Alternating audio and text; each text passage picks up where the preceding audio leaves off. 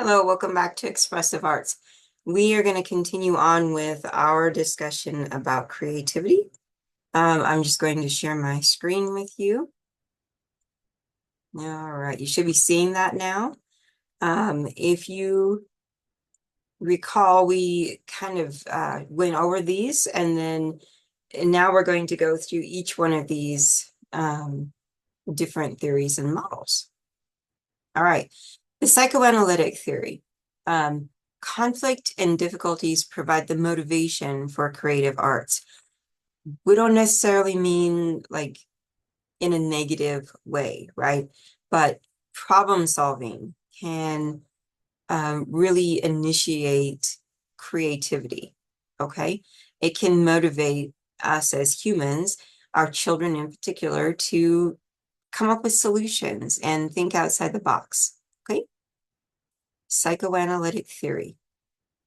And again, if you haven't read the textbook yet, read chapter 1 and then come back and finish watching the lecture, okay? Behaviorist theories. And we've talked about these in the intro class and other early ed classes, but we're really specifically looking at this in respect to arts, okay? So recall what you learned about behaviorists in previous classes. Skinner, for example, theorized that behavior of a child is the product of his or her genetic and environmental history, a combination of that, not necessarily being nature versus nurture, but nature in combination with nurture. Consider how behaviorists use rewards to influence behaviors. And remember that we really want to help children develop that intrinsic reward, that inner feeling of satisfaction in a job well done, rather than the extrinsic reward of do this task and we'll give you a sticker or a piece of candy, right? Think about how the system could be applied to creativity. Just the act of being creative should fill the child with, inner joy, and that should be the intrinsic reward. Psychologically safe environment. So children need to be free to enjoy themselves and to take part in creativity without feeling self-conscious or feeling worried about being judged, that kind of thing. So why is this environment necessary in early childhood? Why is it helpful with the development of creativity? Just think about these two questions and really take some time to reflect on why that psychologically safe environment is so important. Okay. All right, Maslow's hierarchy of needs. We we look at the humanistic theory and we know that that bottom tier, that bottom level is necessary for life, right? Food, water, warmth, rest, a place to rest, someplace safe to be, feeling secure. As we work our way up the triangle here, belongingness and love. People need to, children in particular, need to feel loved and feel like they have a good connection with the people in their lives. Esteem, uh, feeling of accomplishment. And finally, we make it to the top with self-actualization, achieving one's full potential, including creative activities. To get to this top point, though, we have to make sure children's needs are being met all the way up, right? Looking at the constructivist theory, you'll recall Piaget, right? We're never going to get away from studying Piaget. He looked at the schema, the assimilation, accommodation, building on what children know. How does this apply to creativity in the classroom? So look at the idea that they have, the schema, and how they assimilate that idea into what they know. And when they realize, oh, that's not quite what I thought, or this is a little bit different, then they accommodate that idea. And then they build on that. So that he really is a constructivist theorist, Piaget is. And we've discussed that in the intro class. We will continue discussing Piaget and his constructivist theory in future early ed classes, but really think about how this information applies to creative arts and encouraging children to be creative in the classroom. Then we look at social constructivism with Vygotsky, of course. He coined the term zone of proximal development, or ZPD, scaffolding, collaboration, terms that we learned in our intro class. If you didn't take intro yet, or if you're not quite familiar with these terms, go back to your textbook and review and make sure that you're understanding these, okay? So we help to scaffold children to the next level of their development. Other children help to scaffold children to the next level. And we really work together as a community of learners, all right? Gardner's multiple intelligences, he talked about verbal linguistic, logical mathematical, musical, visual spatial, bodily kinesthetic, interpersonal, intrapersonal, naturalistic, existentialist. So the book does a nice job of going through each of these again. Make sure that you're doing your reading, that you've understood the material in the chapter. And if you are watching the lecture after having read and you're not sure about any of these, go back to your textbook and review, okay? And ask questions. I'm always happy to answer your questions. All right, brain development, right brain, left brain. Consider what you've learned in previous early childhood classes about how children grow and develop, particularly the brain. Brain research and new technology, and we're getting more and more information all the time. The early years are critical time for development. Critical periods are sensitive times when the brain is primed for certain learning to take place. The best learning for young children is active, hands-on, meaningful, integrated, and responsive,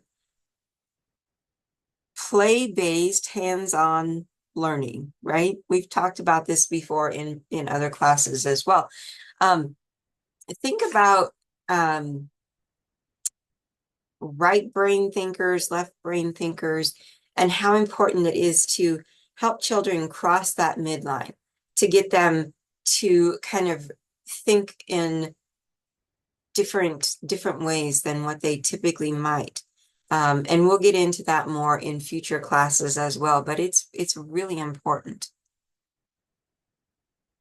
Affective development, curiosity, interest in complexity, risk-taking, vivid imagination. These are all traits that we want to help children develop.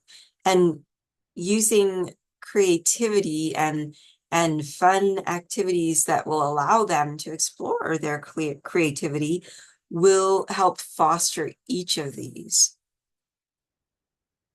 And again, I've said this before in previous classes, when we say risk-taking, we do not mean safety, right? We always want them to be safe. This means like going out of their comfort zone, asking for advice, or doing something really creative and different and not being worried about getting laughed at. All right, that's the kind of risk-taking that we're talking about here. The holistic development. So we take the whole child approach and really like help them develop in each of their domains: cognitive, physical, social, emotional, the whole gamut, right? We're not just teaching academics, we're teaching to the whole child, which includes all of the developmental domains. The study of creativity and learning through play. So what do you think? Should creativity be a separate domain? Is it important enough to have its very own developmental domain? Do you agree with Guilford, with like in your textbook and the things that were discussed? let me know. Do you agree? Why? Why not? That would be a really fun conversation to have. So if you have thoughts or if you have questions, please don't hesitate to reach out to me. Okay, you can message me in Blackboard. You can stop by my office. We can set up a Zoom meeting. All right. Expanding understanding using empirical evidence. So consider what is the evidence? Consider the flow when things are going well. Consider the intrinsic motivation. Look at this group of children here having a tea party. What's the motivation behind that? Look at their faces. They seem to be enjoying the activity, right? The little girl to the back there looks like she's very engaged and interested in what she's doing there. So think about like what we're really saying or seeing. What's going well with this activity? Why is it going so well? Why are the children so engaged and having so much enjoyment with this activity? So your book talks about the creativity crisis. What are your thoughts? I'd really like to know what you think about that. How can you advocate for DAP, developmentally appropriate practices, as well as creativity in the classroom? Do you believe that we do have a creativity crisis? Children do tend to lose a lot of their creativity as they grow and get older, and the more we push that academic piece and the more we expect them to do at younger and younger ages, the more we kind of stamp down that creativity. So I'm really curious to know what your thoughts on that topic are. Relating creativity to programs for young children. So observing creativity, imagination, playfulness, aesthetics, or like the perception. You might think something's really beautiful that I might not, right? I might think that my latest painting is like the most beautiful creation in the world, and you might look at it and go like, I wonder what was going on there when she created that, right? So it depends on the people, and that's with our children as well. What they think is beautiful might not necessarily be beautiful to us, but it is to them. It's important to them that we accept what they perceive to be beautiful. Assessment of creativity, we observe, we record, we document, as with everything in early childhood. Um, Young children's creative abilities, the more opportunities they have, the more experiences they have, the more they're able to build those creative skills. All right, in your textbook on page 27, and I know some of you have an electronic version, you might not be able to open your textbook as you're watching this, but do go back and review that.